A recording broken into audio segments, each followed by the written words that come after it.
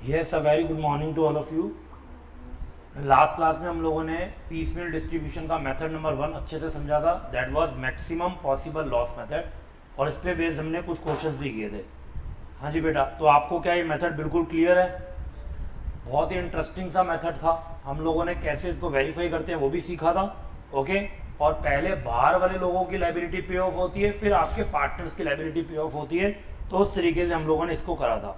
अब हमारे यहाँ पर एक मेथड और बचा हुआ है जिसका नाम है हायर रिलेटिव कैपिटल मेथड, या जिसको हम लोग प्रोपोर्शनेट कैपिटल मेथड भी बोलते हैं। तो हेडिंग डालते हैं सेकंड मेथड की। ये बेटा बस दो ही मेथड है अंडर पीसमील डिस्ट्रीब्यूशन, एक हम लोग कर चुके हैं और ये आपका दूसरा method. So second method is higher relative capital method. Higher relative capital method,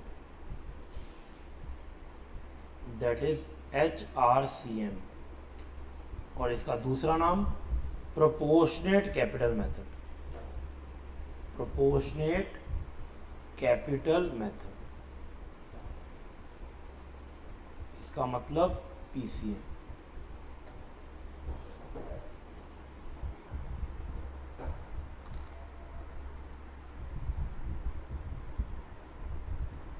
हाँ जी, क्लियर हुआ बेटा नाम? अब इस नाम का जरा हम लोग मतलब सीखें जरा। इसका नाम ऐसा रखा क्यों?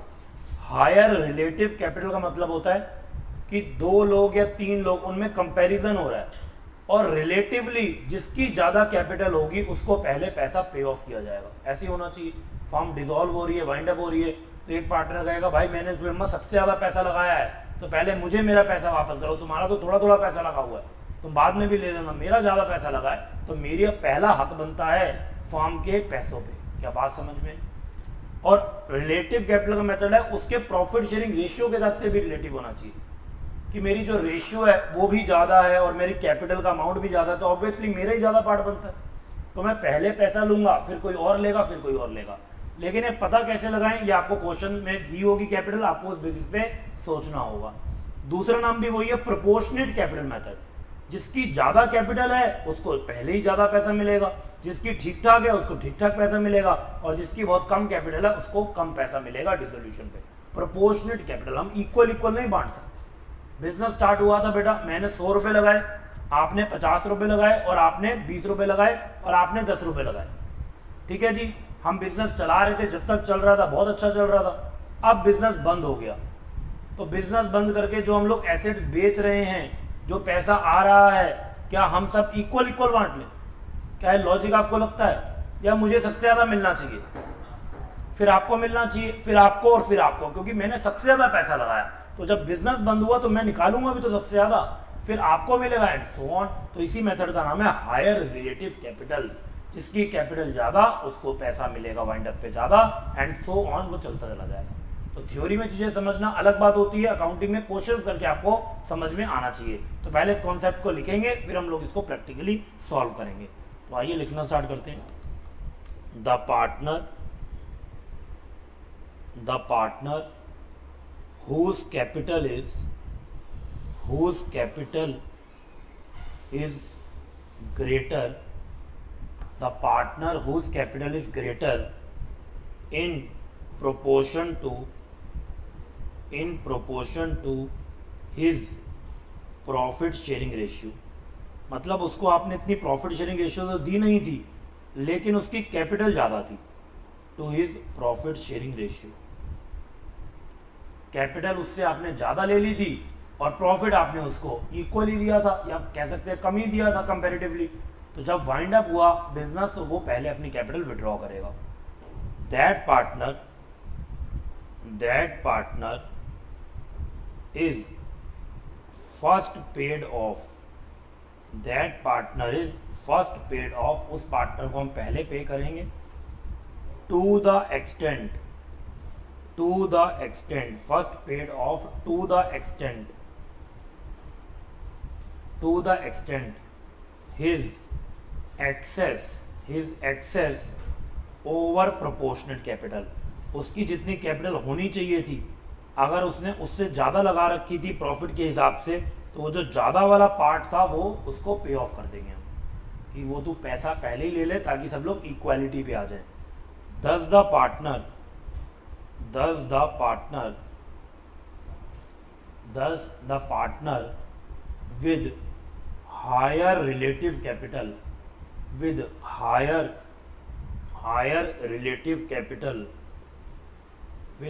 relative capital is paid off first. ऐसो को पहले पेड ऑफ करेंगे, paid off first and so on, and उसी हिसाब से बाकियों को पे होगा, and so on. At last if capitals are proportionate, अगर आप सबकी कैपिटल प्रोपोर्शनेट आपने कर दी, जिसका ज़्यादा अमाउंट था उसको पैसा देके आप सबकी कैपिटल आपने बराबर कर दी, देन शेयरिंग विल बी, अब जो शेयरिंग होगी क्योंकि अब सब बराबर है, will be in profit sharing ratio. अब शेयरिंग पीएसआर में ही. क्लियर बेटा? ओके, तो आइए चलते हैं क्वेश्चन पे. पहले इस कॉन्सेप्ट को अच्छे से नोट डाउन कर लो, कोई जल्दबाजी नहीं, आराम से क्वेश्चन समझना है. एक दो क्वेश्चन भी समझ लिए, कोई भी क्वेश्चन आएगा एग्जाम में कर पाएंगे. एग्जामिनर इन कॉन्सेप्ट के ऊपर कोई नए क्वेश्चन ऐसा नहीं बनाते, बस आपने जो क्वेश्चन आपको बुक में है वो पढ़ के जाने, दैट्स इट. और कुछ भी नहीं करेंगे तो भी एग्जाम का क्वेश्चन पक्का करके आएंगे. चलिए जी, चलते हैं क्वेश्चन नंबर 8 पे. अ पार्टनरशिप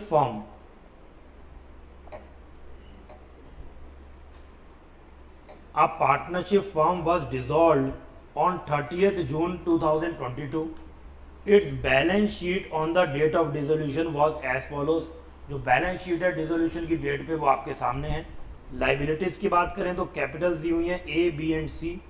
लोन अकाउंट दिया हुआ है बी का, मतलब बी से फर्म ने क्या लिया हुआ है, लोन लिया हुआ है. सन्ड्री क्रेडिटर्स का बैलेंस, कैश का बैलेंस, सन्ड्री एसेट्स का बैलेंस, और ये हो गया total. The assets were realised in instalment, assets धीरे धीरे बिकी, इंस्टॉलमेंट में पैसा आया. And the payment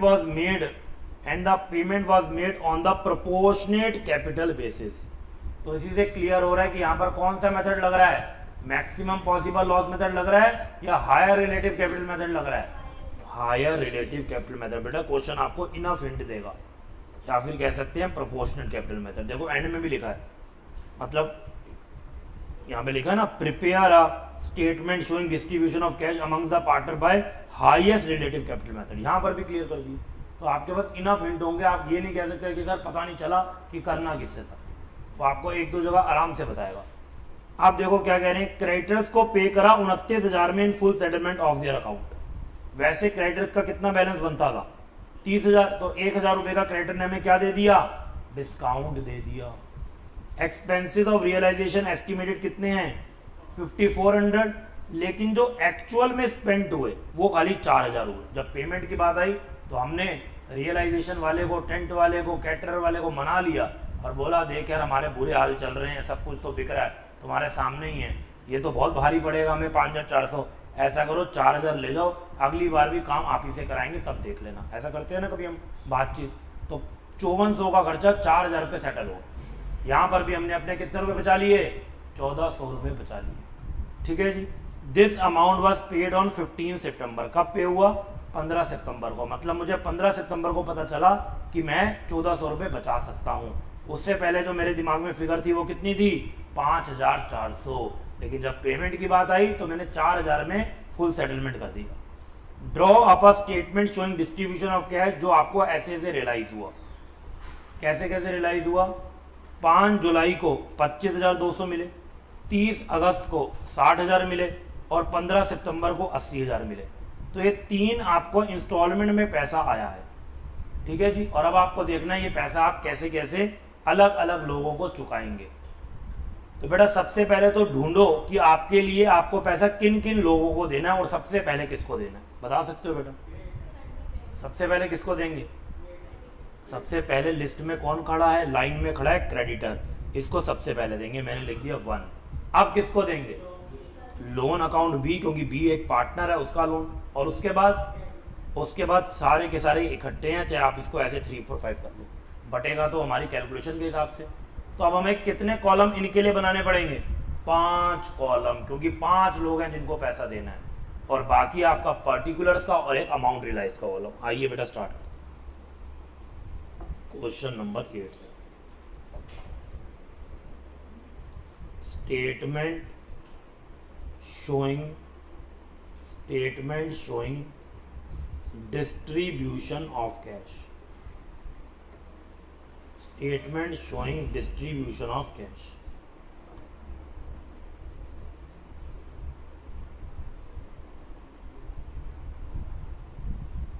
Particulars, amount realized, creditors, बीज लोन, और फिर तीनों के तीनों पार्टनर. कहाँ घूम रहे हो बेटा? क्या नहीं पता था? अच्छा बेटा, सायरन बजेंगे लक्ष्मीनगर में, मैं आ जाऊंगा तो बताओ. पूरा कॉन्सेप्ट मैंने करा दिया, कह रहा हूँ यहीं पे थे.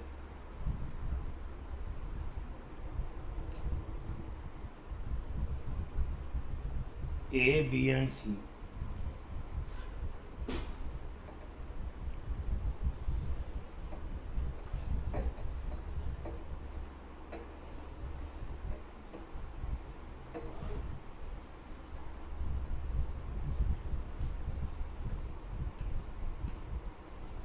ये सारे के सारे हमने कॉलम्स बना लिए हैं, इनके नामकरण करते हैं.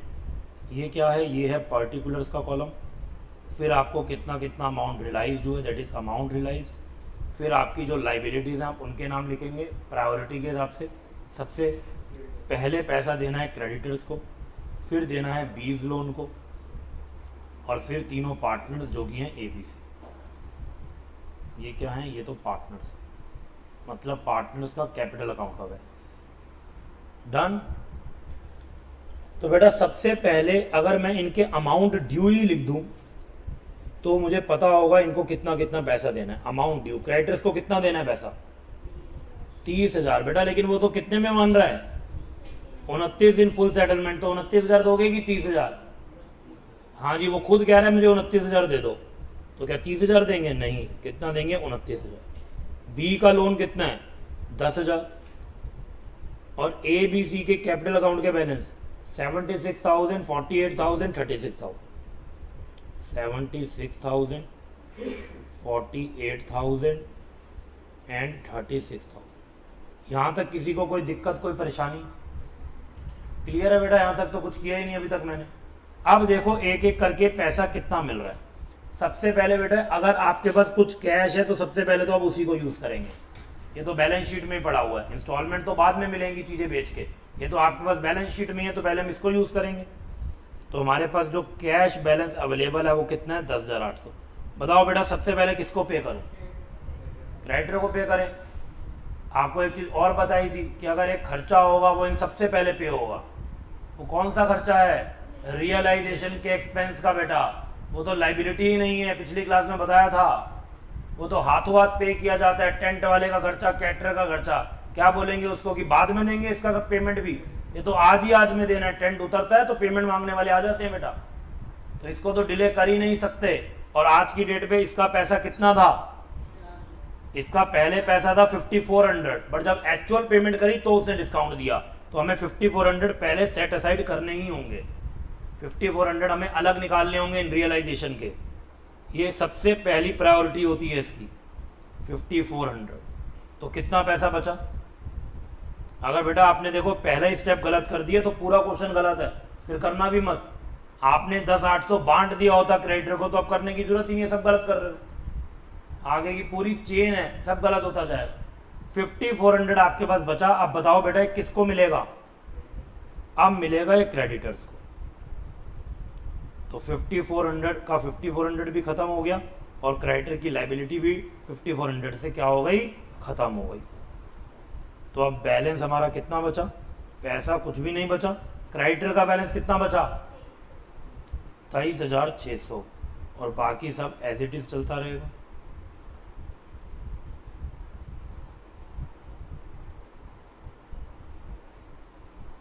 ओके. अब हमारे पास पहली इंस्टॉलमेंट रिलाइज होती है कितने की? 25,200 रुपये की. तो फर्स्ट इंस्टॉलमेंट से पैसा आया 25,200. बताओ बेटा किसको पे ऑफ करो? क्रेडिटर्स को ही पे ऑफ करेंगे. तो लेस कर दो, क्रेडिटर्स को पेमेंट करेंगे 23,600 की. 23,600 की और अभी तो पैसा और भी बचा कितना, तो वो किसको दे देंगे, 20 लोन, 1600 भी गए, यहाँ से 1600 कम हो गया और ये वाली इंस्टॉलमेंट हो गई खत्म।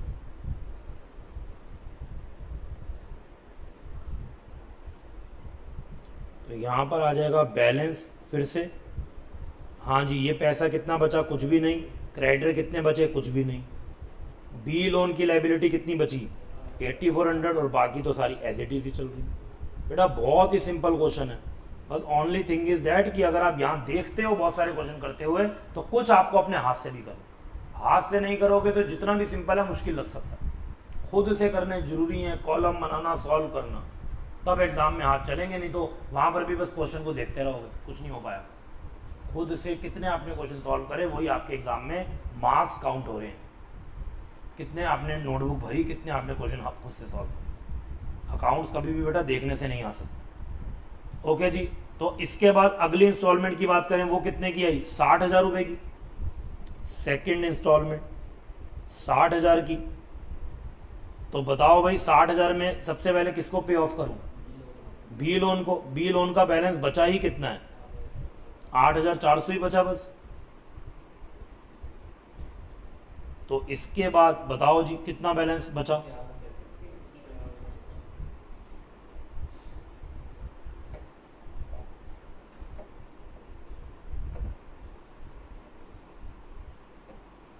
ठीक है। तो ये जो आपका बैलेंस बचा,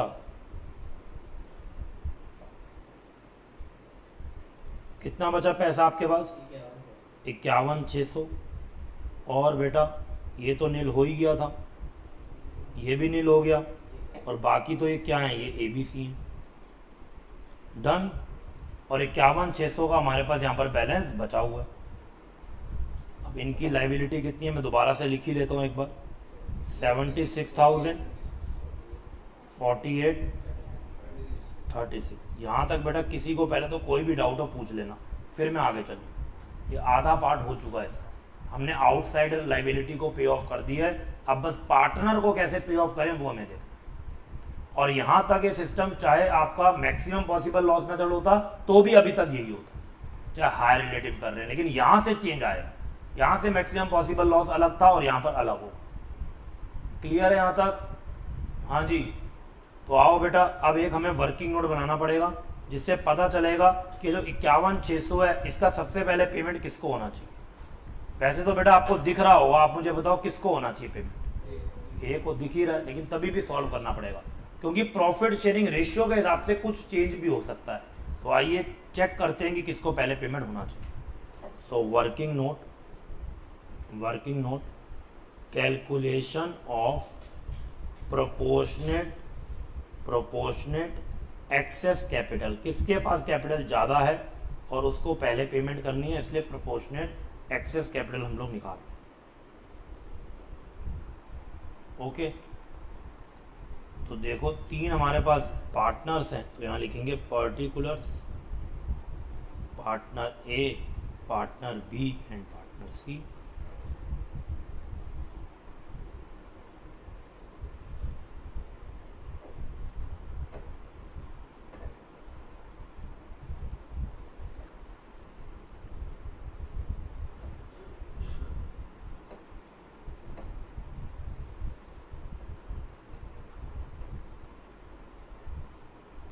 डन। आइए इनकी कैपिटल्स देखते हैं कितनी कितनी है।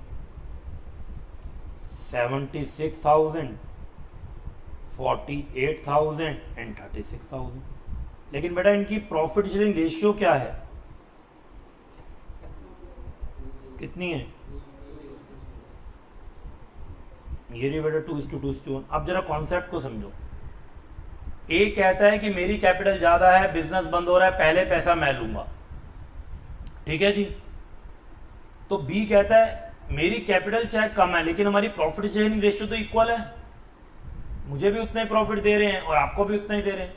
तो प्रोपोर्शनल एक्सेस कैपिटल का मतलब है अगर आपकी कैपिटल प्रॉफिट शेयरिंग रेशियो को भी अगर हम टैली कर लें उससे भी ज्यादा निकल के आ रही है तो फिर आपका एक्सेस पैसा बिजनेस से निकालना बनता है।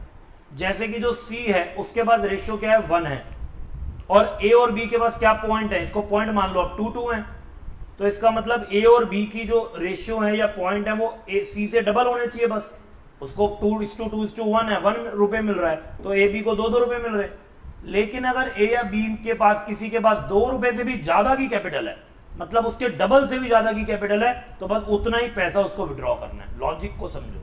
अब सी के पास बेटा 36,000 की कैपिटल है, तो कायदे से क्या बी ने ज्यादा कैपिटल बिजनेस में लगाई है कि उल्टा कम लगाई है? कम लगाई बेटा। ये बात जो समझ पा रहा ना वही अकाउंट पढ़ पा रहा बढ़िया से।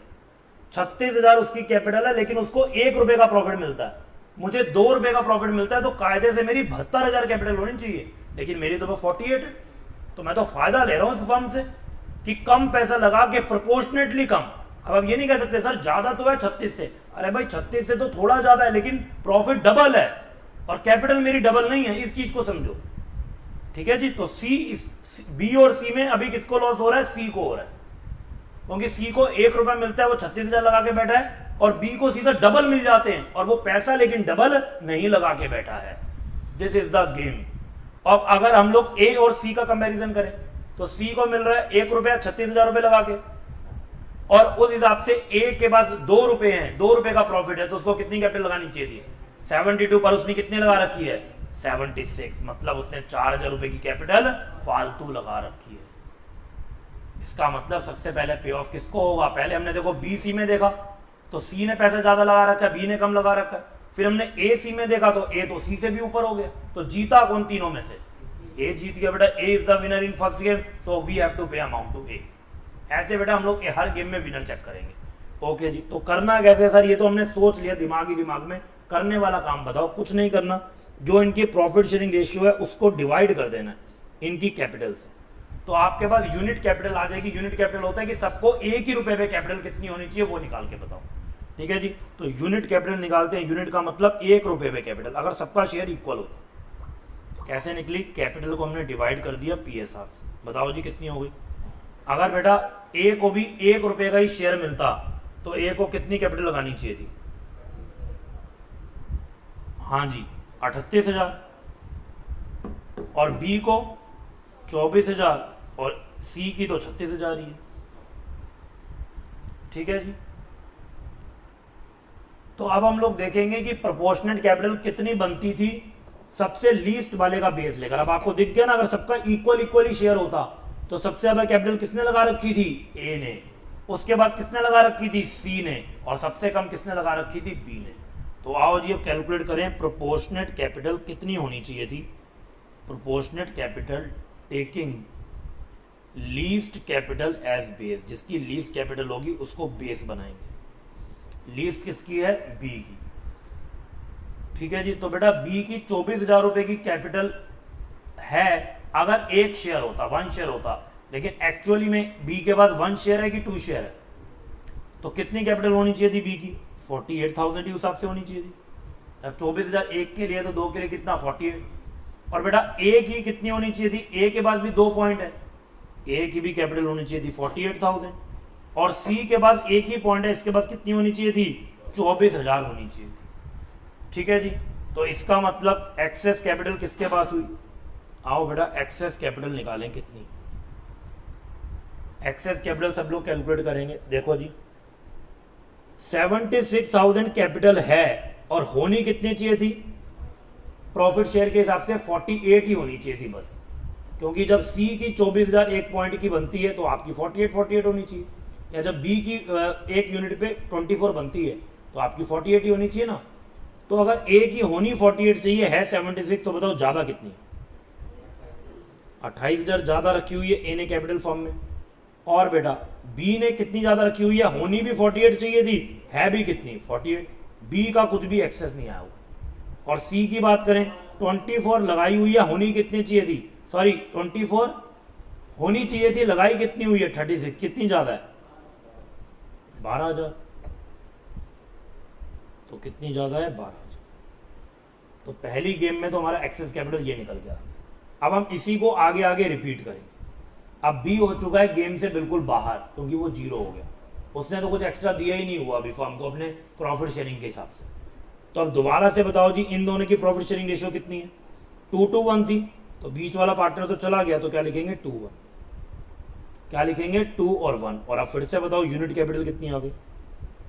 यूनिट कैपिटल 28,000 की कैपिटल ज़्यादा है और 2 शेयर है, इसका मतलब 14,000 होनी चाहिए थी, ठीक है जी। और यहाँ पर कितनी होनी चाहिए थी 12,000। अब फिर से least capital as a base लेंगे, proportionate capital taking least capital as base, तो 12,000 है इसकी एक पॉइंट पे, इसका मतलब इसकी तो 12,000 ही बनती थी क्योंकि इसके पास एक ही पॉइंट है, और ए के पास 2 पॉइंट है, तो इसके हिसाब से कितनी बनती थी 24,000 बनती थी, ठीक है जी। तो एक्सेस कैपिटल है कितनी 28,000 और इसमें कितनी बनती थी 24,000, इसका मतलब अभी भी एक्सेस कितनी है, अभी भी एक्सेस लेके बैठा हुआ है ए कितनी 4,000, ठीक है जी। और अब ये भी क्या हो गया 0, ये तो पहले ही खत्म था। अब इससे हमारी प्रायोरिटी ऑफ पेमेंट निकल गई कि पार्टनर्स को पेमेंट किस किस बेसिस पे की जाएगी, रैंकिंग ऑफ पेमेंट निकल गई है।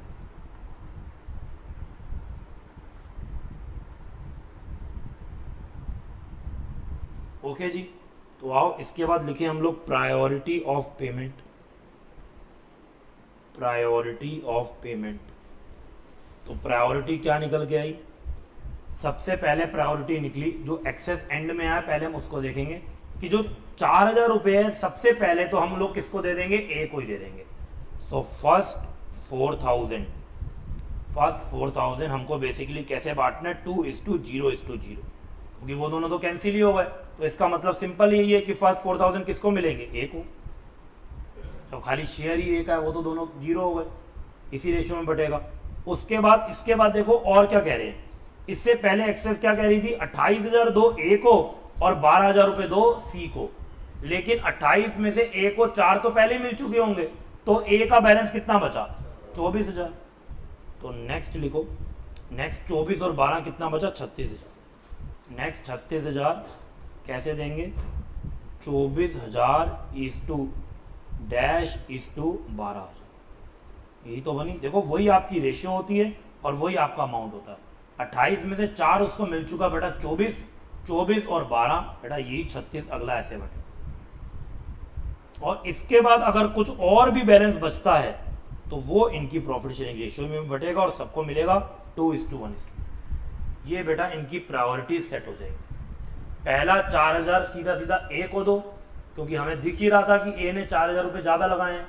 फिर जो है वो ए और सी को दो 24,000 और 12,000, और फिर अल्टीमेटली जो बचे वो 2:1।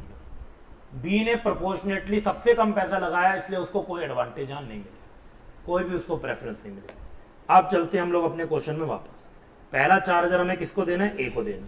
तो अब देखो जी हमारे पास इसी में से 51,600 था, 51,600 था, तो यहाँ पर लेस करके लिख देते हैं, ए को देंगे 4,000, तो ए का लाइबिलिटी कम हो जाएगी 4,000। अभी देखो आपको दिखेंगी कैसे ये कैपिटल एक दूसरे के शेयर में प्रोपोर्शनेट होती हैं। अभी ये प्रोपोर्शनेट नहीं है, रेशियो है 2:1, पर आप देख सकते हैं 76, 48 और 36 ये 2:1 नहीं दिखाई, तो ये प्रोपोर्शनेट हो जाएगी जैसे जैसे हम लोग क्वेश्चन को सॉल्व करें। और यही इस मेथड का नाम है प्रोपोर्शनेट कैपिटल मेथड।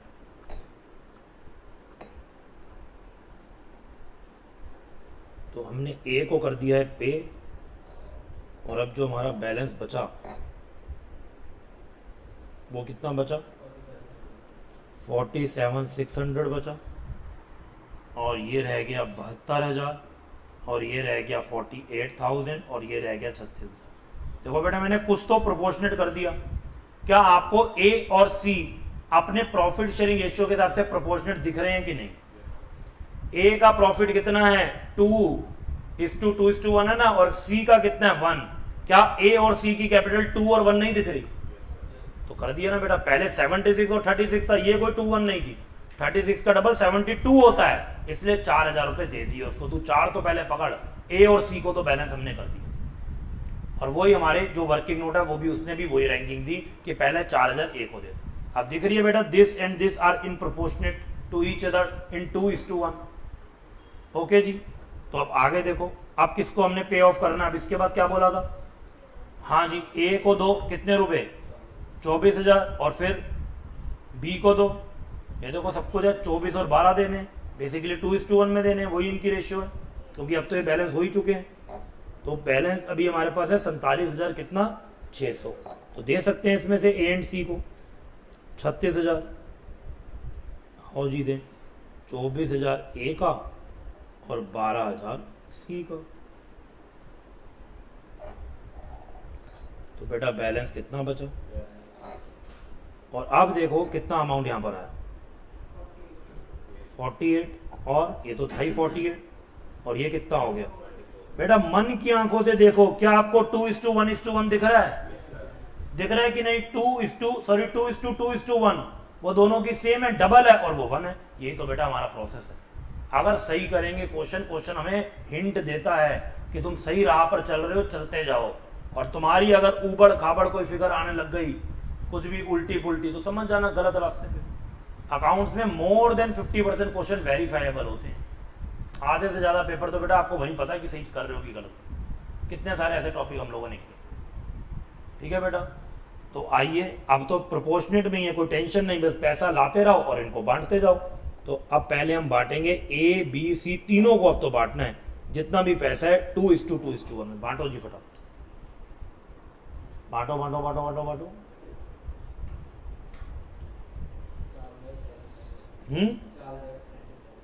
उसके बाद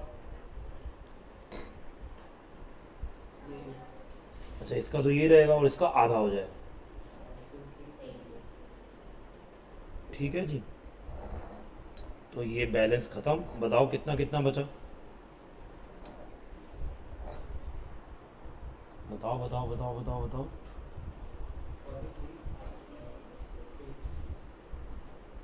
अगला भी 43,360, और ये 21।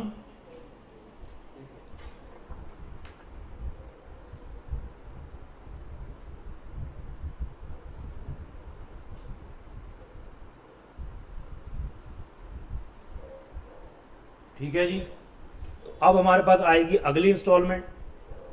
ये हमारे पास एक इंस्टॉलमेंट थी, ये दूसरी थी। अच्छा, अभी हमारे पास 3 इंस्टॉलमेंट कर चुके हैं कि 2 करी हैं, और हैं, अच्छा हैं ही टोटल 3। तो हमारे पास तीसरी इंस्टॉलमेंट आएगी 80,000। देखो तीसरी इंस्टॉलमेंट का बेटा टाइम क्या है, 15 सितंबर का टाइम है, ध्यान रखना। और हम रियलाइजेशन की भी पेमेंट कब पे कर रहे हैं, 15 सितंबर को। बताओ बेटा 15 सितंबर को जब मैं रियलाइजेशन की पेमेंट कर रहा हूँगा तो मैं खुश होऊंगा कि दुखी होऊंगा? खुश, क्योंकि पे कितने करने थे 5400, और पे एक्चुअल में कितने करे 4000। तो कितना पैसा मैंने बचा लिया 1400। तो 80,000 तो ये भी मिले और 1400 मैंने बचा भी लिए। तो ये जो मुझे अब थर्ड इंस्टॉलमेंट मिलेगी, बेसिकली थर्ड इंस्टॉलमेंट, इसका अमाउंट कितना हो जाएगा 80,000। और बेटा इसमें ऐड करेंगे 1400 जो आपने बातचीत करके सेविंग्स कर ली हैं, सेविंग्स इन रियलाइजेशन एक्सपेंस। आपने कहा भाई साहब थोड़ा तो हमारा दुख दर्द समझो, और उसने समझ लिया, और आपके पास पैसे बचे 81,000। ये मिस मत करना पॉइंट, इसको स्टार मार्क कर लो कि अगर सेविंग होंगी रियलाइजेशन की, जब होंगी। ये 15 सितंबर को हुई इसलिए हमने 15 सितंबर को करा। अगर ये 30 अगस्त को होती मैं 30 अगस्त को करता। जिस डेट पे सेविंग का पता चलेगा उसी डेट के इंस्टॉलमेंट में वो सेविंग को हम ऐड कर देंगे। तो अब 81,400 बांटना है किस रेशियो में? अब तो सर 2:1 ही है, तो बांटो बेटा ए बी सी को। हाँ जी, 32,560, 32,560, 16,280। बस बेटा पैसा ही खत्म हो गया, अब कोई इंस्टॉलमेंट नहीं है। अब जितना मिल गया बहुत अच्छी बात है, जो नहीं मिला वो क्या हो जाएगा, बैलेंस अनपेड। ये पेड ही नहीं हो पाएगा। बताओ बेटा कितना बैलेंस रह गया, 10,800। अगले का 10,800, 5400। अब देखो बेटा जो ये लॉस खा रहे हैं वो भी तो अब रेशियो में खा रहे हैं ना। अब लॉजिक दिख रहा है हमें कि जिसकी जैसी रेशियो लॉस भी वो वैसे ही खाएगा। अगर हम इसको उसी फ्लो में बांटते जाते तो दिक्कत आ जाती, इसलिए ये छोटी सी हमें टेबल बनानी पड़ेगी। अब इसको आप लोग नोट डाउन करेंगे और जो भी डाउट है वो आप पूछें।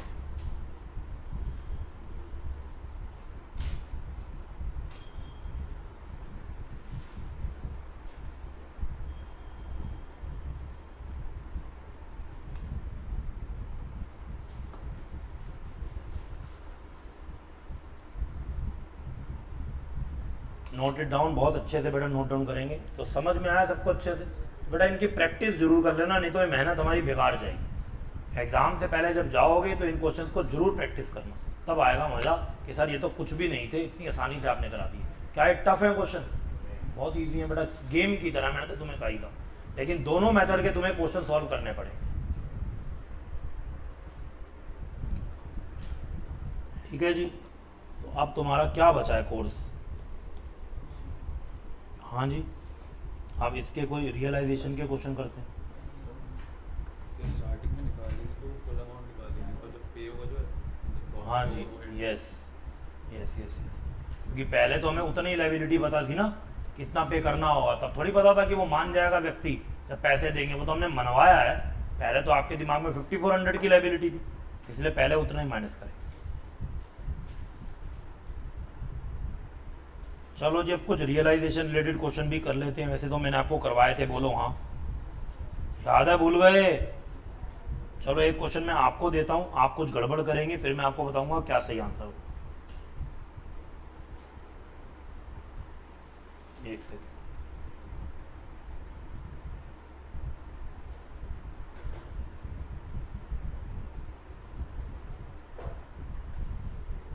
तो क्वेश्चन नंबर देखिए, क्वेश्चन नंबर 12। क्वेश्चन नंबर 12 देखेंगे सब लोग, और ज़्यादा कुछ नहीं करना आपको। आपको खाली बेटा रियलाइजेशन अकाउंट बनाना, आप यही बना दो, बाकी तो सब आसान काम है। बैंक अकाउंट, पार्टनर्स कैपिटल, ये तो सब तो कर लोगे। आपको खाली रियलाइजेशन अकाउंट बनाना। क्वेश्चन नंबर 12 स्टार्ट करो बेटा सब लोग। Amit, Sumit and Kumar are partner sharing profits and losses in the ratio 2:2:1। Partner decided to dissolve the partnership on 31 March 22, और उनकी बैलेंस शीट आपके पास है, ये रही पूरी balance sheet. Okay, and the following information is given to you, ये आपको पूरी इन्फॉर्मेशन दी हुई है, मैंने आपको अच्छे से बताया हुआ है रियलाइजेशन अकाउंट कैसे बनता है, और उस पर बेस क्वेश्चन भी हमने क्लास में करे। तो फटाफट से जरा रियलाइजेशन अकाउंट बनाओ और मुझे बताओ कितना बेटा प्रॉफिट लॉस है। स्टार्टेड नाउ एवरीवन, मुझे सब क्वेश्चन करते हुए बेटा दिखेंगे। क्वेश्चन नंबर 12, आपको पता होना चाहिए कौन कौन सी चीज़ें रियलाइजेशन से ब्रॉट डाउन होंगी और कौन सी नहीं होंगी।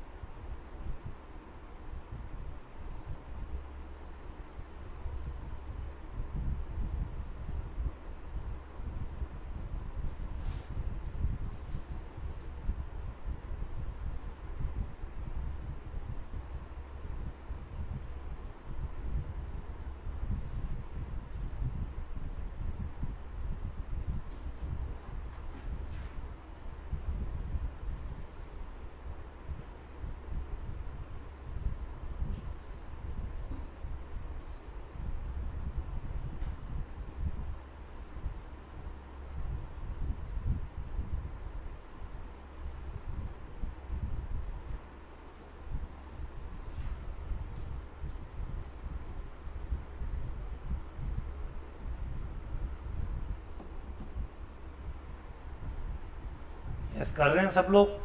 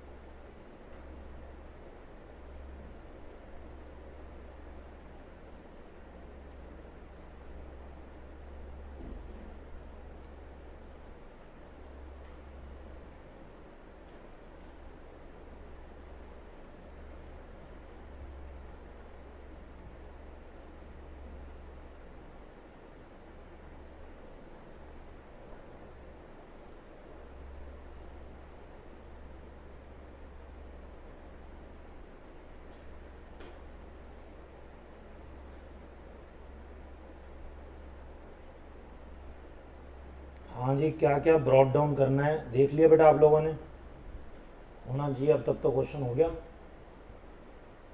बताएंगे सब लोग मुझे कितना आंसर आ रहा है, क्या आ रहा है।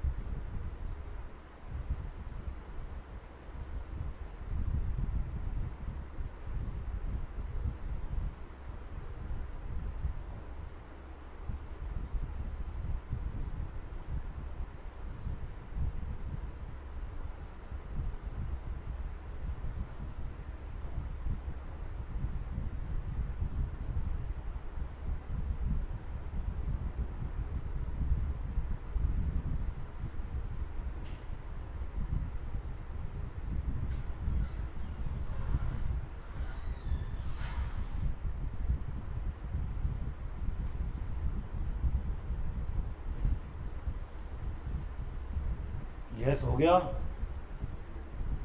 बताओ जी क्या प्रॉफिट आ रहे हैं।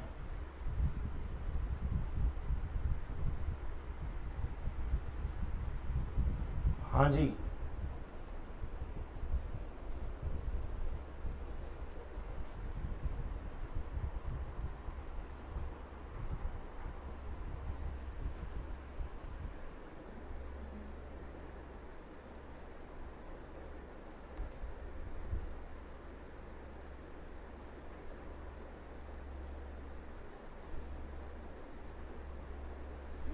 देखो जी स्टार्ट करते हैं बेटा।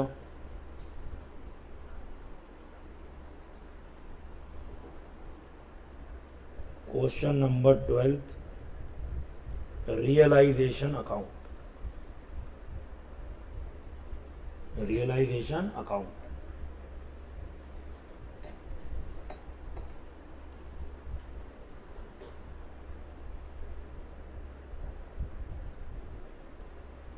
सारे के सारे एसेट्स को ब्रॉड डाउन करेंगे एक्सेप्ट कैश बैंक बैलेंस।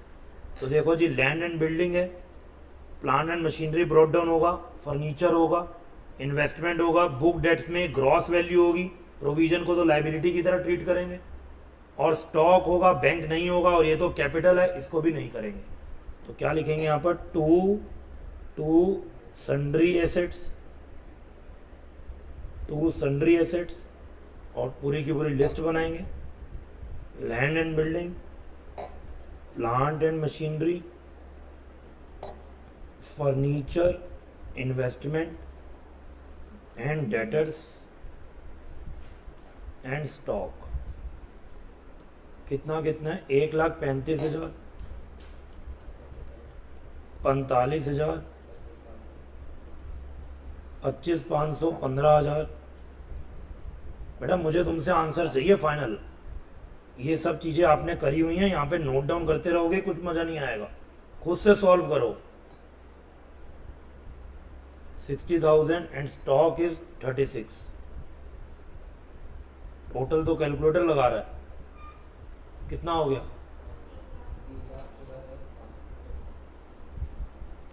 और यहाँ पे जो भी बाहर की लाइबिलिटीज रहेंगी उनको हम लोग ब्रॉट डाउन करेंगे। शुरू में पार्टनर्स हैं, इनका कुछ नहीं करना, जनरल रिजर्व बढ़ जाएगा। कुमार्स लोन, कुमार कौन है? कुमार भी बेटा पार्टनर है, तो इसका भी कुछ नहीं करना, पार्टनर से रिलेटेड कुछ नहीं करना। लोन फ्रॉम डी, डी कोई पार्टनर नहीं है, अमित सुमित कुमार है, तो ये आउटसाइडर है डी, तो लिखो loan from D 1,20,000। Trade creditors, bills payable, outstanding salary. Trade creditors, bills payable and outstanding salary 30,000, 12,000 और 7,500। 30,000, 12,000 एंड 7,500। और इसके अलावा प्रोविजन फॉर डाउटफुल डेट, इसको भी लाइबिलिटी की तरह ट्रीट करेंगे। प्रोविजन फॉर डाउटफुल डेट कितना? ये हो जाएगा 6,000। तो इसके बाद बताओ जी, टोटल सन्ड्री लाइबिलिटी कितनी हो गई? 1,75,500 हो गया जी। ब्रॉट डाउन एसेट और लाइबिलिटीज का, ये तो बेटा बड़ा बेसिक पार्ट था। अब हमें एक एक एसेट को बेचना है और देखना है कितना कितना पैसा आया। तो यहां पर लिखेंगे बाय बैंक जो पैसा आया, और यहां पर लिखेंगे टू बैंक जो आपने पेमेंट की। देखो जी पैसा किस किस चीज का आया है। रियलाइजेशन पहले तो एक्सपेंसेस बोल रहे हैं, अमाउंटेड टू कितने थे? 18,000 रुपये, जिसमें से 3,000 रुपये किसने बॉर्न कर लिए? अमित ने, जो कि एक पार्टनर है। इसका मतलब 15,000 किसने पे करे होंगे? फर्म ने। तो 15,000 तो पे करा, तो टू बैंक में लिख दो रियलाइजेशन एक्सपेंस 15,000। और जो पार्टनर ने 3,000 पे करे वो पैसा हम उसके कैपिटल अकाउंट में देंगे, तो क्या लिखेंगे? टू अमिस कैपिटल अकाउंट। ये उसने 3,000 रुपये पे करे। रियलाइजेशन का खर्चा एक पार्टनर ने उठा लिया, तो आपको उस पार्टनर को उसका बेनिफिट देना पड़ेगा। तो एंट्री क्या हुई? Realisation to Amit capital. Amit की कैपिटल को हमने क्रेडिट कर दिया, बढ़ा दिया। आगे चलो।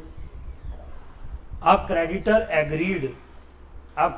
Agreed to take over furniture जिसकी बुक वैल्यू है 12,000 रुपये एट 10,800। 12,000 का फर्नीचर वो 10,800 का लेने के लिए तैयार हो गया। कौन? एक क्रेडिटर। तो इसका मतलब आपका जो 10,800 का क्रेडिटर है वो फर्नीचर से सेटल हो गया। रेस्ट ऑफ द क्रेडिटर, अब देखो बाकी क्रेडिटर कितने बचे? क्रेडिटर थे आपके 30,000 के। इसको हम लोग एक छोटे से फ्लो चार्ट के थ्रू समझते हैं। ओके, यहाँ पर क्रेडिटर की अगर मैं बेटा बात करूं तो क्रेडिटर्स हमारे पास हैं कितने के? 30,000 रुपये की। और कह रहे हैं क्रेडिटर 10,800 का तो क्या ले गया? फर्नीचर। 10,800 की तो लाइबिलिटी उसकी इससे खत्म हो गई। 12,000 का फर्नीचर हमने 10,800 का उसका बेच दिया, तो अब बाकी उसकी लाइबिलिटी कितने की बची? बैलेंस लाइबिलिटी कितने की बची? 19,200। और ये हम कैसे पे कर रहे हैं? देखो क्या लिखा है, and rest of the creditor were paid of at a discount of 6.25। उसने हमको डिस्काउंट दे दिया, तो हमें अल्टीमेटली कितना पेमेंट करना पड़ेगा? बताओ जी, इसका 6.25% कितना आ गया? 1,200। तो बताओ कितनी पेमेंट हमको करनी पड़ेगी इसको? तो 18,000 अल्टीमेटली पे करना पड़ेगा। तो टू बैंक में लिखेंगे क्रेडिटर्स कितना? 18,000। क्लियर है बेटा कैसे आया 18,000? 30,000 के क्रेडिटर थे, 10,800 का फर्नीचर दे दिया, बैलेंस बचा 19,200 और उसमें भी उसने हमको डिस्काउंट दे दिया। तो अल्टीमेटली हमारे ऊपर 18,000 की पेमेंट की लाइबिलिटी है। Got it. आगे चलो। Other assets realise as follows. Furniture remaining जो बचा वो कुमार ले गया 90% ऑफ बुक वैल्यू। देखो जी फर्नीचर रिमेनिंग बचा कितना होगा, 12,000 की बुक वैल्यू का फर्नीचर तो क्रेडिटर को हमने दे दिया, और फर्नीचर था कितने का, फर्नीचर था 25,500 का। तो आओ जी देखें, फर्नीचर था हमारे पास 25,500 का बेटा, जिसमें से 12,000 का हमने दे दिया किसको, क्रेडिटर्स को। तो कितना बचा बैलेंस फर्नीचर, 13,500। और ये हम किसको देने की बात कर रहे हैं, कुमार को। और कुमार को कितनी वैल्यू पे देने की बात कर रहे हैं, 90% ऑफ बुक वैल्यू। तो इसका 90% कितना हो गया, 12,150 का हम लोग कुमार को देंगे। जब हम लोग कुमार को अपना फर्नीचर देंगे तो कुमार का कैपिटल अकाउंट क्या करेंगे, डेबिट करेंगे। तो यहाँ पर लिखेंगे बाय कुमार्स कैपिटल अकाउंट। इसको हमने फर्नीचर दे दिया, कितना अमाउंट, 12,150। डन। आगे चलो। स्टॉक से रियलाइज हो रहे हैं 120% ऑफ बुक वैल्यू। स्टॉक है कितने का, स्टॉक है आपके पास 36,000 का। इसका बेटा 120% आपको मिल गया, कितना मिल गया, 43,200। 120% मतलब 20% और ज्यादा मिल गया। बुक डेट से 12,000 जो डेट से वो प्रूव्ड हो गए बैड, और रिमेनिंग से पूरा का पूरा आपको पैसा क्या हो गया, रियलाइज हो गया। देखो जी आपके बेटे डेटर थे कितने के, 60,000 के थे। 60 में से 12 के तो बैड डेट ही हो गए, तो कितना बचा, 48। तो जो बाकी बचे उससे पूरा पैसा आ गया। तो कितना पैसा अल्टीमेटली आया, 48। तो डेटर्स के आगे कितना लिखेंगे, 48 था। 60,000 के डेटर थे और 12,000 रुपये का बैड डेट हो गया, तो कितना आया, 48 था। आगे चलो जी। लैंड एंड बिल्डिंग से रियलाइज हो रहे हैं 1,65,000। तो लैंड एंड बिल्डिंग 1,65,000। ठीक है जी। तो टोटल बताओ जी आपको कैश बैंक में कितना रियलाइज हुआ, टोटल लगाएंगे सब लोग फटाफट से।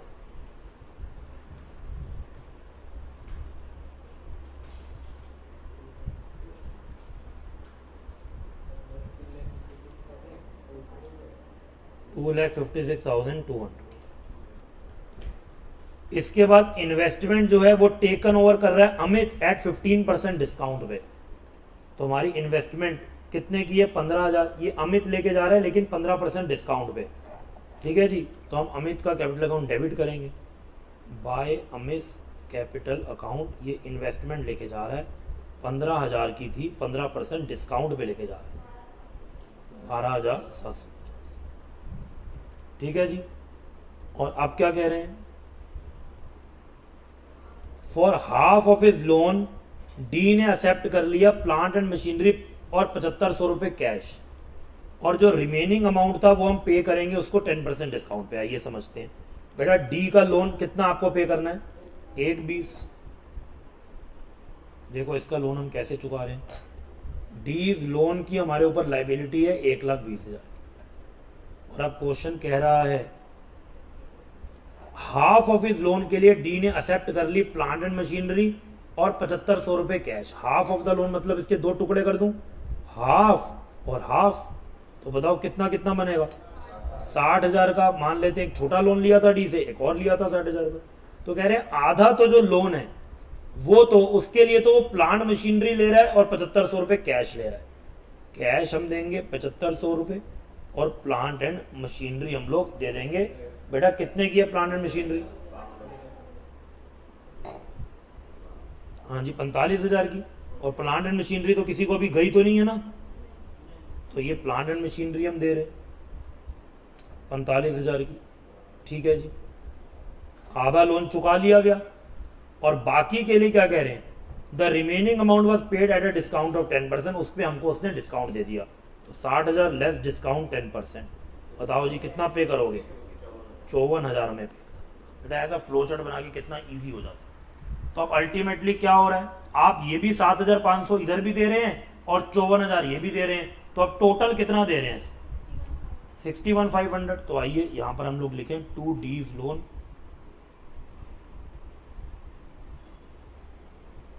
डीज लोन 61,500।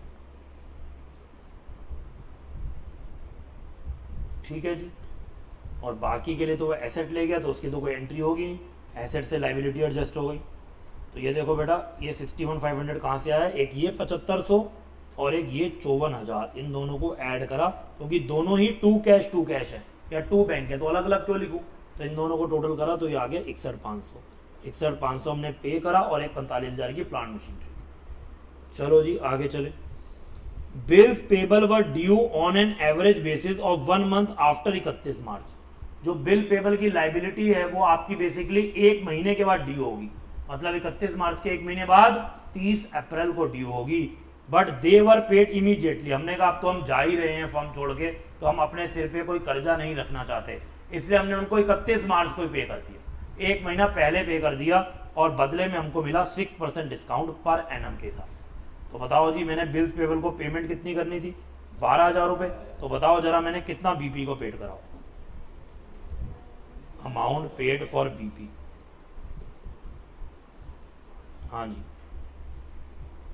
पेड करना है अमाउंट 12,000 लेस डिस्काउंट 12,000। बेटा डिस्काउंट कितना मिलेगा बता सकते हो, 6%। बेटा आगे बड़ा बड़ा लिखा हुआ उन्होंने, पर एनम है, तो 12,000 का 6% इंटू 1/12, ये डिस्काउंट होगा। कितना आ गया सॉल्व करके, 60 रुपये। तो 12,000 माइनस 60, 11,940 बेटा पे करोगे। एक भी फिगर गलत, रियलाइजेशन प्रॉफिट लॉस गलत, सब कुछ गलत आ गया। इतनी हमें अवेयरनेस चाहिए बेटा क्वेश्चन। पार्टनर्स कैपिटल में भी इंपैक्ट आएगा, बैलेंस शीट भी टैली नहीं होगी, कैश अकाउंट भी गलत। 11,940 हम अल्टीमेटली पेमेंट कर रहे हैं, तो यहाँ पर हम क्या लिखेंगे, 11,940। ठीक है जी, बिल्स पेबल की पेमेंट। ओके, तो आओ बेटा फटाफट से, और इसमें भी अब देखो, क्या आपकी एसेट में कोई ऐसी एसेट है जिसकी चर्चा ना हुई हो। लैंड एंड बिल्डिंग की क्या चर्चा हुई, हाँ जी, लैंड एंड बिल्डिंग, यस, उसने एक पैंसठ रियलाइज करके दिए। प्लांट एंड मशीनरी भी अभी एडजस्ट हो गया, फर्नीचर भी हो गया, इन्वेस्टमेंट की भी बात हुई, डेटर्स की भी हुई, स्टॉक की भी हुई।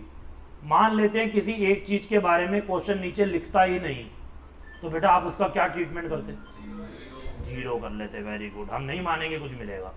और लाइबिलिटी में देखते हैं कि सबकी चर्चा हुई, क्या क्या लाइबिलिटी में था, कुमार लोन, इसकी चर्चा नहीं, ये तो पार्टनर है। डीज लोन, इसकी चर्चा हुई, बिल्कुल हुई। क्राइटेरिया की चर्चा हुई, बीपी की भी चर्चा हुई। आउटस्टैंडिंग सैलरी की कहीं चर्चा ही नहीं है नीचे, 7500 का क्या करा, तो क्या मानेंगे, क्या करेंगे, पे करेंगे। तो आओ इधर लिख दें आउटस्टैंडिंग सैलरी, और किस पे पे करेंगे, बुक वैल्यू पे। बेटा सब मैंने आपको नोट्स में लिखवा रखा। टोटल बताओ कितना हो गया, टोटल अमाउंट, नो गलत, 1,13,940। ठीक है जी। अब बेटा कुछ नहीं करना, बस अब आपको टोटल लगाना है और रियलाइजेशन प्रॉफिट लॉस निकालना है। टोटल लगाओ बेटा और बताओ कितना आ गया।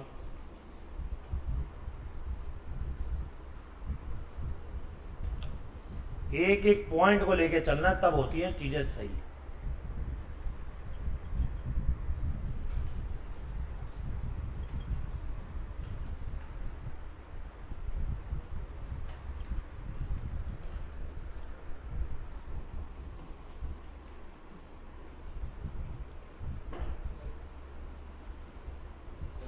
हाँ जी,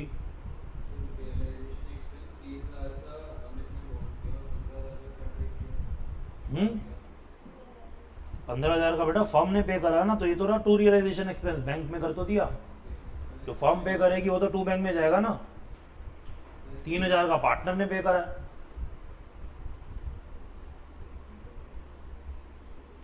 अभी तक मुझे आपसे टोटल नहीं मिला बेटा,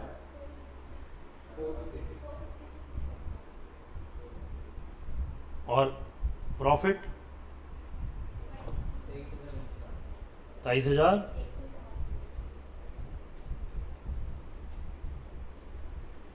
ये प्रॉफिट है पार्टनर्स का, किस रेशियो में, 2:2:1 करो डिवाइड। अमित, सुमित, कुमार,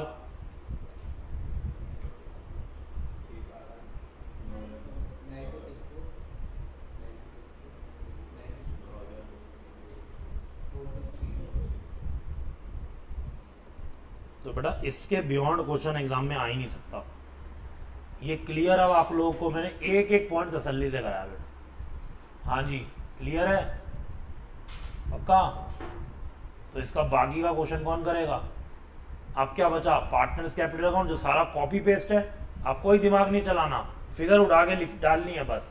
और साथ में बैंक अकाउंट बेटा बनाओ फटाफट, ये काम तुम्हारा है। सब कुछ कॉपी पेस्ट करोगे तो दिमाग बंद हो जाएगा। बैंक अकाउंट से टैली होगा, ये एंड में बनेगा, इससे पहले पार्टनर्स कैपिटल अकाउंट। शुरू कर दो बेटा फटाफट से करना। रियलाइजेशन मैंने तुम्हें दिया था, ये भी मैंने करा दिया।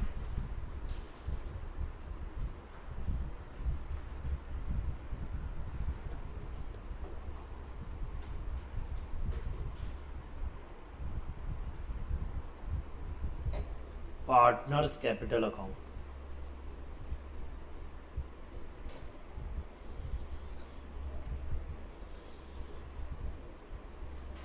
पार्टिकुलर्स अमित, सुमित, ऐसे कर लेते हैं।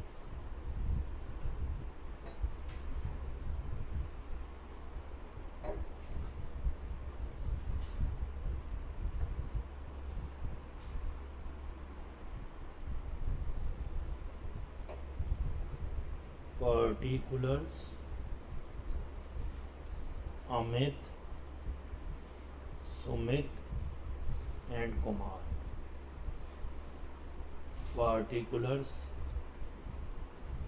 अमित, सुमित एंड कुमार।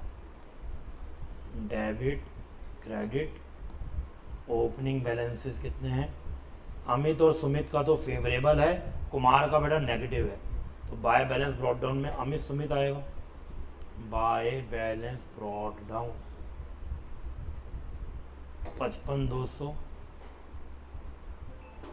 55,200, और कुमार का है नेगेटिव बैलेंस, तो वो यहाँ पर आ जाएगा कितना? 32,400। बस बेटा बाकी काम अब आप कर लो, सारी एंट्री आपके पास हैं। रियलाइजेशन में आपको दिख रहा है कौन क्या लेके गया, क्या नहीं लेके गया, और आपको एंड में बेसिकली टू बैंक करके इनको पे करना है। यहाँ बैलेंस कैरी डाउन नहीं होगा, डिसोल्यूशन हो रहा है, उनको पेमेंट करेंगे। तो this is your work started now.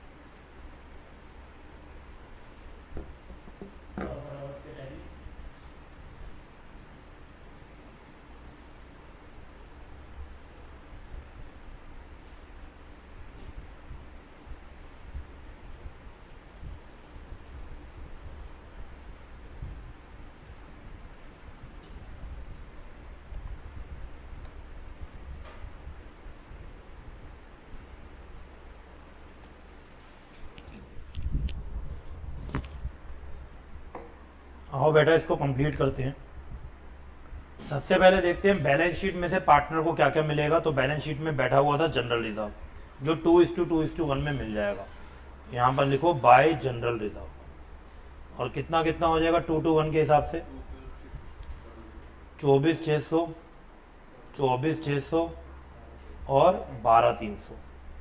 उसके बाद जो रियलाइजेशन प्रॉफिट आया वो भी इन्हीं पार्टनर्स का है। वो कितना कितना आया, वो आया 92,64, 92,64, 40,32, 92,64, 92,64 और 40,32। ठीक है जी। और एक पार्टनर इन्वेस्टमेंट लेके जा रहा था ना, देखो कहाँ पर लेके जा रहा था, ये रहा। अमित इन्वेस्टमेंट लेके जा रहा है 12,750 की। कुमार फर्नीचर लेके जा रहा है 12,150 का। अमित लेके जा रहा है 12,750 और कुमार लेके जा रहा है 12,150 टू रियलाइजेशन फर्नीचर। एक पार्टनर रियलाइजेशन के एक्सपेंस भी पे कर रहा था। हाँ जी, कौन कर रहा था, अमित। तो उसको हम लोग क्रेडिट कर देंगे 3,000 रुपये। ओके, और कुछ बचा या बस इतना ही था?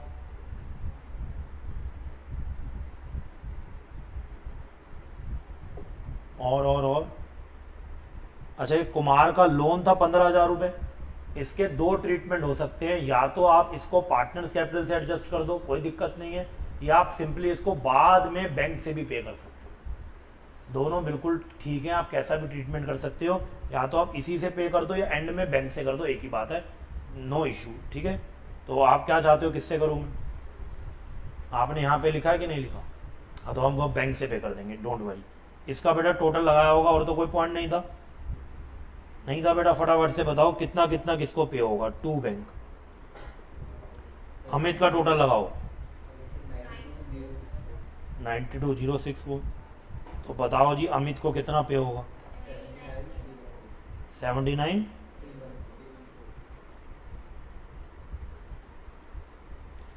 और इसके बाद सुमित का टोटल लगाओ, और पे भी हो जाएगा 8906। और कुमार का टोटल लगाओ। अच्छा, कुमार का तो डेबिट साइड ज़्यादा है, तो कुमार तो पैसा लेकर आएगा उल्टा। कितना?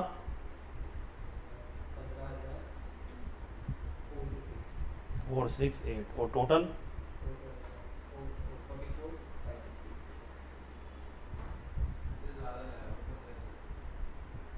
हाँ जी 15 से ज़्यादा आएगा इधर बाय बैंक में।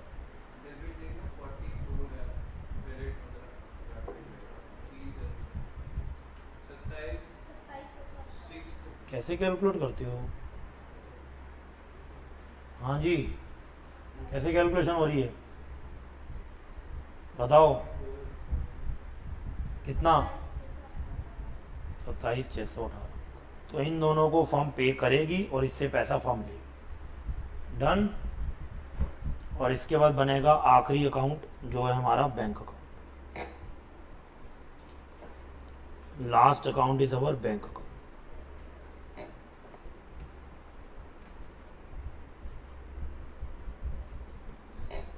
To balance brought down. बताओ जी, बैंक का शुरू में बैलेंस कितना था? 13,500। अब जो जो आपको पैसे मिले हैं डेबिट में लिखेंगे। To realisation assets. देखो जी, एसेट से आपको कितने रुपए मिले? एसेट से आपको टोटल पैसा मिला है 2,56,200, और आपने पे किया है 1,13,940। 2,56,000 कितना था? 200। और आपने पेमेंट करी है बाय बैंक 1,13,940।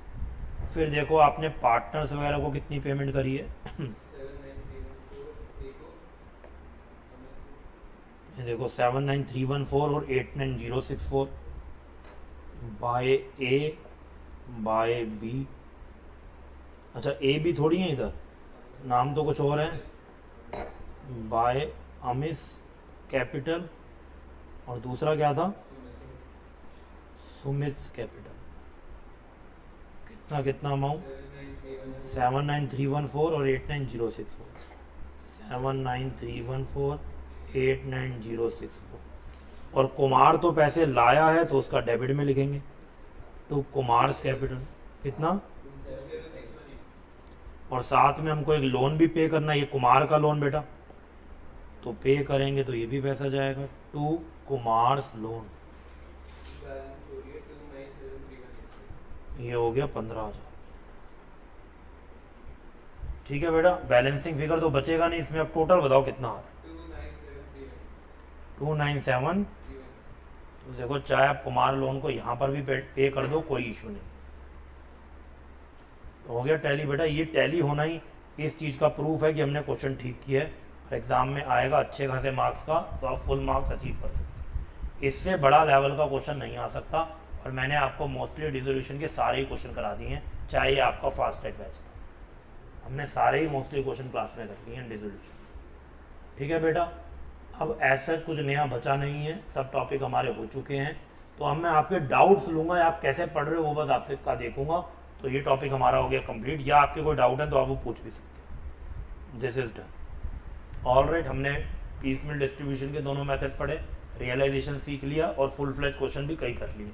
इसके अलावा आपको एग्जाम में क्वेश्चन नहीं आ सकता। गॉट इट एवरीवन, यस और नो?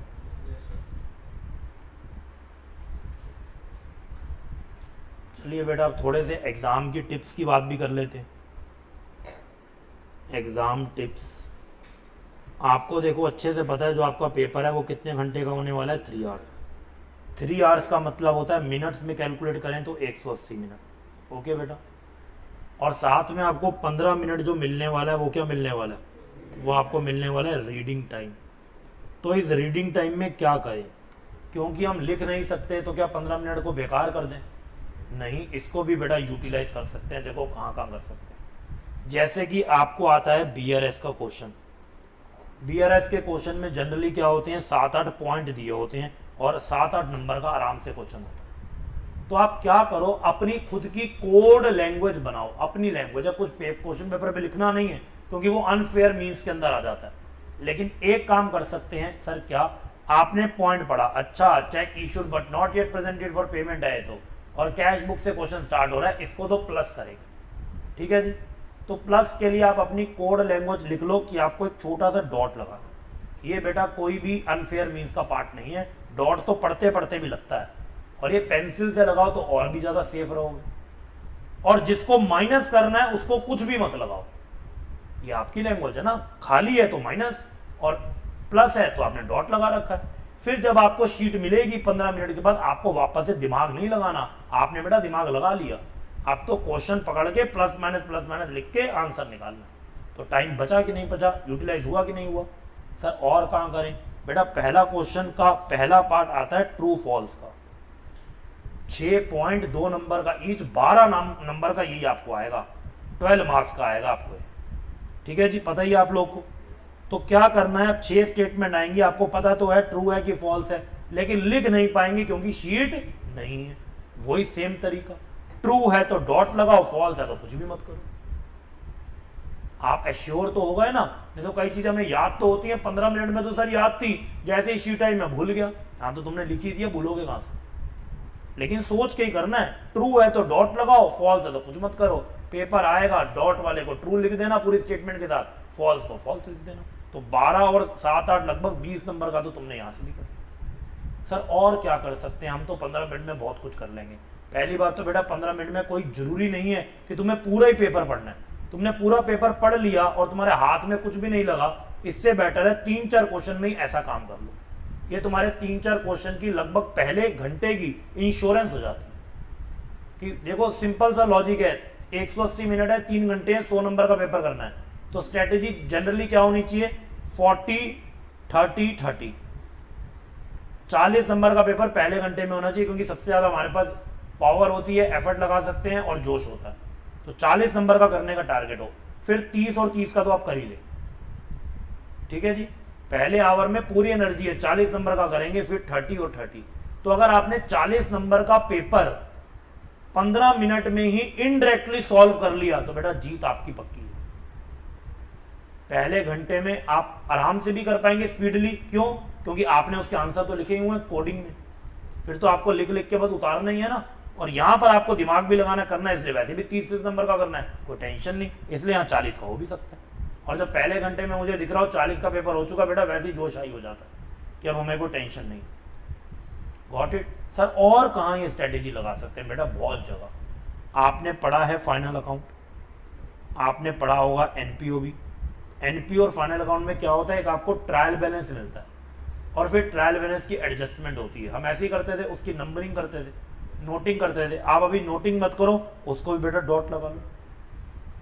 बात समझ में? लिखा हुआ ट्रायल बैलेंस में कार और नीचे लिखा डेप्रिशिएट कार एट 20%, मतलब कार पे एडजस्टमेंट है, कार पे डॉट लगा दिया। ये तो करने का तरीका था। सब्सक्रिप्शन है, सब्सक्रिप्शन में नीचे बातचीत हो रही है, सब्सक्रिप्शन पे डाके डॉट लगा दिया। एंट्रेंस फी की बातें हो रही हैं, एंट्रेंस फी पे डॉट लगा दिया। बस ये काम तो कर सकते हो, क्योंकि ये काम तुम्हें बाद में भी करना है, और जब बाद में करोगे तब बेटा टाइम काउंट होगा। अभी तो 15 मिनट बोनस है, अभी तो 15 मिनट बोनस है। तो ये सब चीजें जिन जिन क्वेश्चंस में पॉसिबल है, आप बेटा बखूबी कर सकते हो।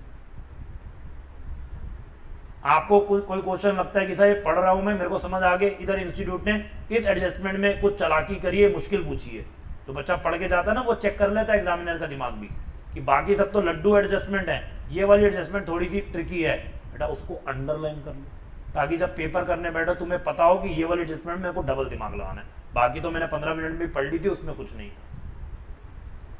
ठीक है जी बेटा, ये ना अनफेयर मीन्स में आएगा और तुम्हारा कितना पेपर तो बिल्कुल बिल्कुल ऐसे ही सॉल्व हो जाएगा।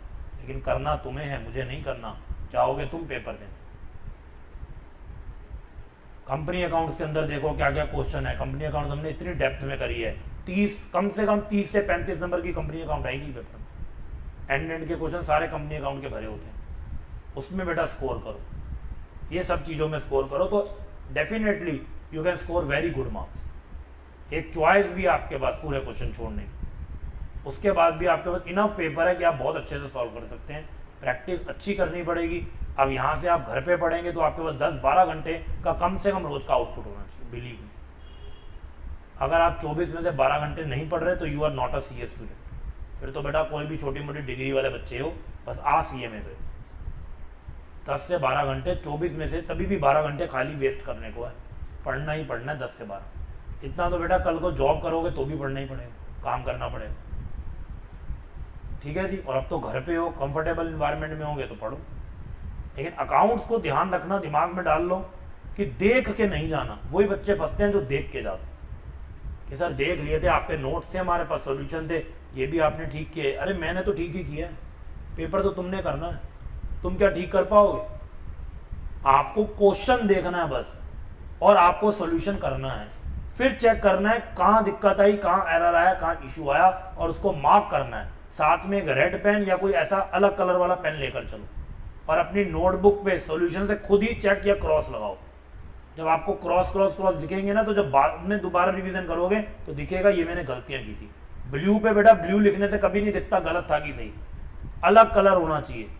क्वेश्चंस करो सॉल्व ब्लू से, और उसको चेक करो रेड से, या जो भी मिस्टेक है उसको दूसरे पेन से हाईलाइट। इस तरीके से करोगे तो मार्क्स बहुत अच्छे आएंगे, बिलीव मी। और अकाउंट्स में मार्क्स आने बड़े जरूरी हैं, क्योंकि ये तुम्हें कॉन्फिडेंस देता है that yes you can become a chartered accountant. दूसरा वर्ड बेटा अकाउंटेंट ही है। अकाउंट्स अच्छे से नहीं जानोगे तो कैसे सीए बनो?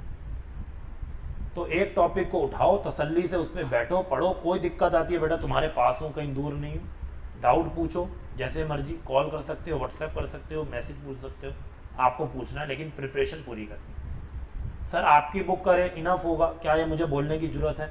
जो बच्चे ने पहले एग्जाम दिया, हाँ बेटा मेरी बुक के अलावा कुछ पढ़ने की जरूरत है, इनको बता दो जिनका पहला अटेम्प्ट है। कुछ भी नहीं है बेटा, थोड़ा भरोसा कर लो, अगर है तो। कुछ भी जरूरत नहीं है, मेरी बुक कर लो तो बेटा बस हो गया तुम्हारा बेड़ा पार। तुम वो भी नहीं कर पाते, दिक्कत तो सारी यहाँ आती है। उसके अलावा तो कुछ आना ही नहीं है पेपर में, उतना तो कर लो। छांट छांट के पूरा इंस्टीट्यूट का स्टडी मैट बेटा एक एक वर्ड पढ़ डाला, तब जाके बुक बनाई है, ऐसे नहीं बना दी। अगर इंस्टीट्यूट ने कोई एग्जाम्पल भी बनाया हुआ ना ऐसी बातें करते करते, उसको भी मैंने क्वेश्चन बना दिया कि क्या पता कल को इंस्टीट्यूट का दिमाग चले कि चलो इसको क्वेश्चन की फॉर्म में पूछूं। वो वहां पर कॉन्सेप्ट समझा रहा है, उसको ना उसने इलस्ट्रेशन नंबर दिया है ना किसी क्वेश्चन का नंबर दिया, वो बस समझा रहा है अपनी थ्योरी में। मैंने कहा नहीं, इसका भी मैं क्वेश्चन बना देता हूँ कि बच्चों को यह आना चाहिए। तो उसके अलावा तुम्हें कुछ पढ़ने की जरूरत है नहीं। जो मैराथन है बेटा बहुत मेहनत से बनाई गई है, लेकिन आपको मेहनत तब दिखेगी जब आप उसको पढ़ोगे। मैराथन में अभी भी बेटा वीडियो रिकॉर्ड है, ऑन रिकॉर्ड बोल रहा हूं, मैंने एक भी कॉन्सेप्ट स्किप नहीं किया। 100% कॉन्सेप्ट डाले हैं पूरी की पूरी मैराथन में। हाँ ऑब्वियसली क्वेश्चन सारे नहीं डाल सकते, वो सिमिलर अलग अलग वाले बस क्वेश्चन भी डाल दिए हैं। तो अगर आपको कोई टॉपिक समझने में दिक्कत हो या आपके पास टाइम कम हो तो बेटा वो मैराथन से कर लो। अराउंड 12 घंटे की बस मैराथन है, 12 घंटे में पूरा कोर्स तुम्हारा मैंने समेट दिया। और बताओ बेटा हमसे क्या एफर्ट चाहते हो? अब खाली एफर्ट आपकी तरफ से पेंडिंग है। 12 घंटे में पूरी मैराथन को समेट दिया। फाइनल अकाउंट से शुरू होती है और पार्टनरशिप तक एंड होती है। एक एक घंटे में 40-40 मिनट में पूरे के पूरे टॉपिक करा देते हैं। और जो उसमें मैंने क्वेश्चन करवाए हैं वो मोस्ट इंपॉर्टेंट है, बाकी करने ना करने वो आपके ऊपर है। आगे एबीसी एनालिसिस की बेटा वीडियो डालेंगे। एबीसी एनालिसिस समझते हो?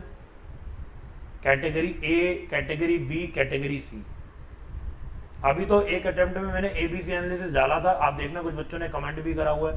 बेटा 75% पेपर जो था वो कैटेगरी ए में से आया था, और जो बाकी सारा बचा वो सारा ही कैटेगरी बी में से था। सी में से एक भी क्वेश्चन नहीं आया। तो वो हम लोग अटेम्प्ट बाय अटेम्प्ट एनालाइज करते हैं, क्या इस बार इंस्टीट्यूट पूछेगा शायद, तो वो हम ए मतलब टॉप मोस्ट कैटेगरी जिसमें से सबसे ज्यादा उम्मीद है क्वेश्चन आएंगे, बी उसको भी जरूर करना है, वहां से भी आ सकते हैं, सी थोड़ा सा आप ऊपर ऊपर से पढ़ सकते। तो वो बात की बात है, अभी नहीं दे सकते नहीं तो तुम पहले नहीं पढ़ोगे। अभी बेटा पूरे कोर्स को अपना मानो और उसको पढ़ो। और अकाउंट्स 40-50 वाला पेपर नहीं है, बार बार कह रहा हूँ। क्या मुश्किल है अकाउंट? सच सच बताना, अपने दिल पे हाथ रख के बताओ। तुम गलतियां करते हो अलग बात है, बीआरएस, रेक्टिफिकेशन, इन्वेंट्रीज, डेप्रिसिएशन, ये तो सारे के सारे टॉपिक्स हैं। और क्या कोई अलग टॉपिक बन जाएंगे? तो बेटा it is very very scoring. Company account कितनी हमने डेप्थ में की है, प्रोवाइडेड आपको बेटा अच्छे से पढ़ना है। देखो क्या है हमारा सिलेबस, कहाँ है मुश्किल, पढ़ें तो सही हम बस अच्छे से। बीआरएस बेटा आपको करने में, आप सक्सेस बताना कितना टाइम लगेगा अगर हम अपनी फाइनल रिवीजन करने बैठे। बीआरएस पहला टॉपिक हम रिवाइज करेंगे, कितना टाइम लोगे? तसल्ली से चलो करते हैं, हम मान लेते हैं इसमें हमको चलो 50 मिनट लगेंगे, उससे ज़्यादा का काम नहीं। 2-3 क्वेश्चन भी तो सॉल्व कर लेंगे ना, रेक्टिफिकेशन वगैरह। कोई 1 घंटा मान लेते हैं, 2 घंटा चलो मान लेते हैं सेफर साइड। इन्वेंट्री 1 घंटा छोटा सा है। डेप्रिसिएशन बेटा 5-6 घंटे में तो मैं क्लास में करा देता हूँ, 2 घंटे इसके भी मान लो। बिल ऑफ एक्सचेंज 2 घंटा 3 घंटा। फाइनल अकाउंट वही सारी की सारी एडजस्टमेंट, थोड़े क्वेश्चंस कर लेंगे 5 घंटा। एनपीओ 4 घंटा, इनकम्प्लीट 5 घंटा। और फिर कंपनी तो तुमने अभी की है, चलो इसको भी मान लेते हैं, चलो 6 घंटे। और पार्टनरशिप को अभी बस छोड़ दो, वो अलग मान के चलो। कितने से आवर में आपकी पूरी रिवीजन हो रही है और अभी भी आपके पास कितना टाइम है? आज भी बेटा लगा लो तुम्हारे पास कितना टाइम है, कब है पेपर? लगा लो बेटा, 5 दिन हटा लो, 25 दिन है बेटा, खाली रिवीजन करनी है तुमने। Have confidence in your self, सब आता है तुम्हें, कॉन्फिडेंस रखो कि हम अकाउंट्स में तो फोड़ के आएंगे बेटा। अकाउंट्स में हमें ज़्यादा से ज़्यादा मार्क्स लाने हैं, बहुत ज़बरदस्त पेपर करके आ। ये 40-50 का पेपर ही नहीं है जितनी मेहनत हम लोगों ने करी है। ठीक है बेटा, तो कर रहे हो आज प्रॉमिस, यस और नो? पक्का बेटा, पक्का प्रॉमिस लेके जाऊंगा आज मैं तुमसे। शक्लें ही मुझे याद है तुम्हारी, पक्का मिलूंगा, फ़ोन भी कर सकता हूँ, पक्का प्रॉमिस लेके जाऊंगा बेटा, तभी तो मज़ा आएगा। बताओ जी आज मुझे कितने मार्क्स का प्रॉमिस करना? मुझे भी तो बेटा फल मिला है ना मेरी मेहनत का। संडेज भी लगाए हैं आपके साथ, आज भी देखो मेरी ही क्लास है। हाँ बेटा दिल से बोलना है मुझे, खुश करने के लिए नहीं कि ये बोलने के बाद दिमाग में टेंशन हो कि सर को एक वादा करके आए। बेटा किसी को वादा करते तो पूरा भी तो करना होता ना, उधार लिया किसी से तो चुकाना पड़ेगा, टेंशन होती है। ठीक है जी। कितने लोग तो बेटा ईएमआई के चक्करों में फंसे हुए हैं कि अब जॉब कर रहे हैं, निकल नहीं सकते क्योंकि घर की ईएमआई है, गाड़ी की है, इसकी है, तो उनके ऊपर जिम्मेदारी है ना, तो ये तुम जिम्मेदारी अपने ऊपर चढ़ा रहे हो। बताओ बेटा कितने बेटा नंबर लाओ? हाँ जी 70 प्लस लाओगे बेटा, मैं मिलूंगा, सपने में आ जाता हूँ, नहीं तो मैं डराने। ठीक है जी 70 प्लस। हाँ बेटा 60 प्लस तो आ ही जाएंगे पक्का। 60 से बेटा कम नहीं टारगेट होना चाहिए।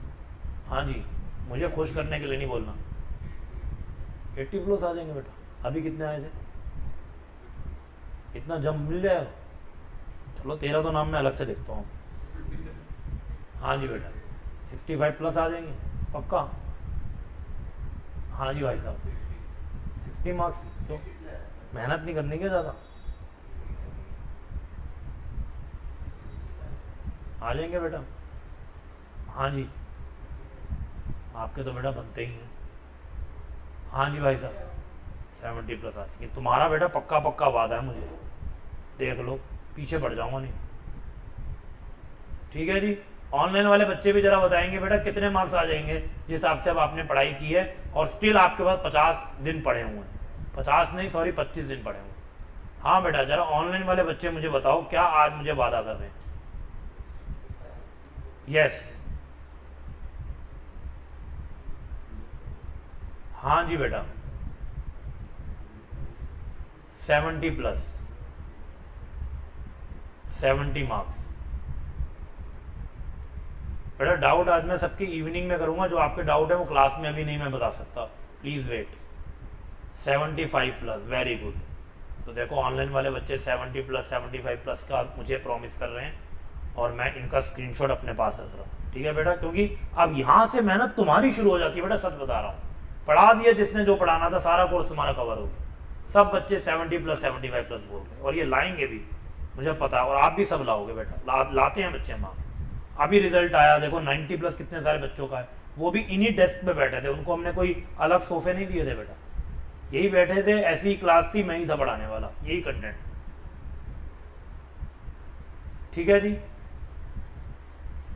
All right, clear to all of you. बेटा मेहनत यहां से शुरू कर दो, घर जाएंगे रेस्ट करेंगे और अब जुट जाएंगे अगले 25 दिन के लिए। ठीक है जी, तो मिलेंगे फिर कभी चलते फिरते, इवनिंग में क्लास हो ही रही है, आप आना चाहो जरूर आ सकते हो और अच्छे से पढ़ेंगे।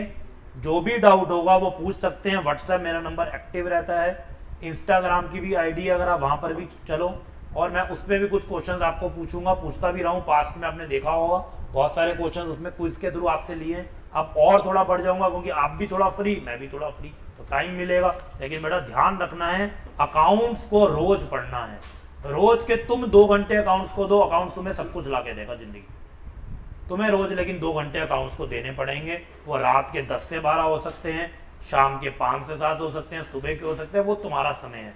लेकिन 2 घंटे अगर तुम नहीं दोगे तो बेटा पहला पेपर अकाउंट्स होता है, पहले पेपर से कॉन्फिडेंस बाकी 3 पेपर का बनता है। पहला पेपर अच्छा हुआ तो बेटा एनर्जी बाकी पेपरों के लिए डबल हो जाएगी, और पहले ही ऊपर नीचे हो गया तो आधा मन तो वही खराब हो जाता है। तो पहले पेपर के लिए डबल ताकत से पढ़ेंगे और रोज अकाउंट्स पढ़ेंगे, रोज अकाउंट्स पढ़ेंगे बेटा। मैं तुम्हारे लिए अलार्म नहीं लगा सकता कि तुम्हें उठाऊं, तुम्हें खुद दिमाग में अलार्म होना चाहिए कि 10 बज गए हैं, अकाउंट्स का टाइम है, 2 घंटे पढ़ते हैं। थ्योरी सब्जेक्ट नहीं है कि कभी कभी पढ़ लिया, अकाउंट्स तो बेटा रोज पढ़ना। ठीक है जी, तो all the best to all of you, God bless you all. I hope you give exam with a very good zeal and will come out of flying colors. All right beta.